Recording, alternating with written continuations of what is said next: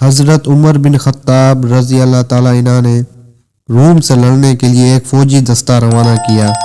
اس دستے میں ایک نوجوان صحابی عبداللہ بن حذیفہ بن قیس السمی رضی اللہ تعالیٰ عنہ بھی تھے۔ مسلمانوں اور کیسر کی فوج کے درمیان لڑائی نے توڑ پکڑ لیا۔ کیسر مسلمانوں کی بہادری اور ثابت قدمی پر حیران ہوا اور حکم دیا کہ مسلمانوں کا کوئی جنگی قیدی ہو تو حاضر کیا جائے۔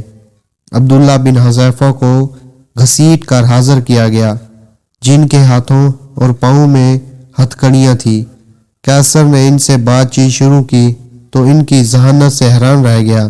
دونوں کے درمیان یہ مکالمہ ہوا، کیسر نصرانیت قبول کر لے تو میں رہا کر دوں گا۔ عبداللہ نہیں، کیسر نصرانیت قبول کر لے اور آدھی سلطنت تمہیں دے دوں گا۔ عبداللہ نہیں، کیسر نصرانیت قبول کر لے آدھی سلطنت دوں گا اور تمہیں حکمرانوں میں شریک کروں گا۔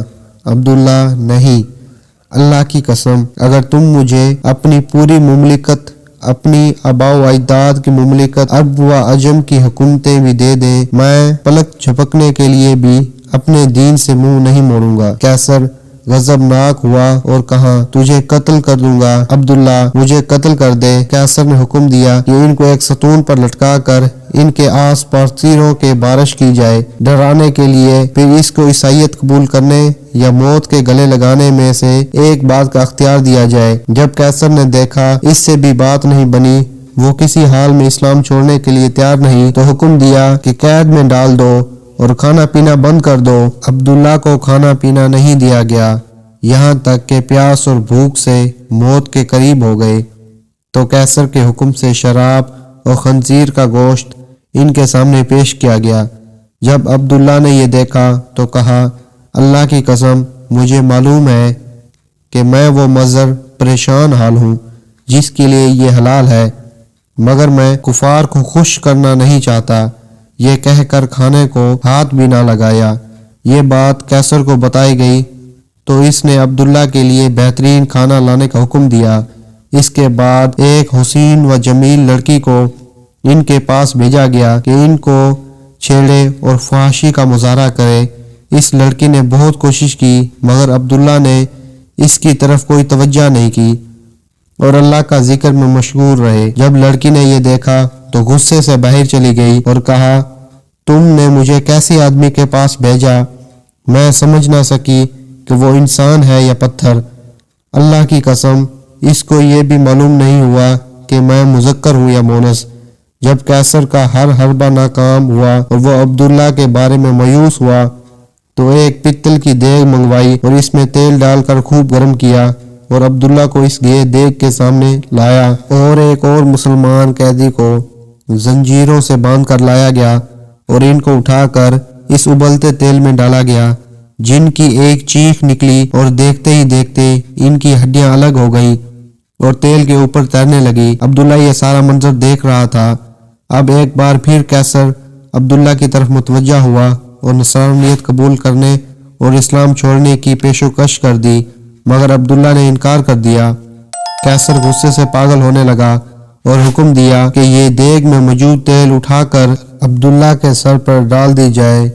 جب کیسر کے کارندوں نے دیگ کھینچ کر عبداللہ کے قریب کی اور اس کی تپش کو محسوس کیا تو عبداللہ رونے لگے۔ آپ کی ان خوش نصیب آنکھوں سے آنسو ٹپکنے لگے، جن آنکھوں نے رسول اللہ صلی اللہ علیہ وسلم کا چہرہ انور دیکھا تھا۔ یہ دیکھ کر کیسر خوشی سے جھومنے لگا اور کہا، عیسائی بن جاؤ، معاف کر دوں گا۔ عبداللہ نے کہا، نہیں۔ کیسر پھر رویا، کیوں؟ عبداللہ، اللہ کی قسم میں اس لیے رو رہا ہوں کہ میری ایک ہی جان ہے جو اس دیگ میں ڈال دی جائے گی۔ میری یہ تمنا ہے کہ میرے سر کے بالوں کے برابر جان ہو اور وہ ایک ایک کر کے اللہ کی راہ میں نکلے۔ یہ سن کر کیسر نے مایوسی کا عالم میں عبداللہ سے کہا، کیا یہ ممکن ہے کہ تم میرے سر کو بوسہ دو اور میں تمہیں رہا کروں؟ عبداللہ، اگر میرے ساتھ تمام مسلمان قیدیوں کو رہا کرتے ہو تو میں تیرے سر کو بوسہ دینے کے لیے تیار ہوں۔ کیسر، ٹھیک ہے، عبداللہ نے اپنے ساتھ دوسرے مسلمانوں کو رہا کرنے کے لیے اس کافر کے سر کو بوسہ دیا اور سارے مسلمان رہا کر دیے گئے۔ جب واپس عمر بن خطاب رضی اللہ تعالی عنہ کے پاس پہنچ گئے اور آپ کو واقعہ بتا دیا گیا تو حضرت عمر فاروق رضی اللہ تعالی عنہ نے کہا، عبداللہ بن حذیفہ کے سر کو بوسہ دینا ہر مسلمان پر ان کا حق ہے، اور خود اٹھے اور عبداللہ بن حذیفہ کے سر کو بوسہ دیا۔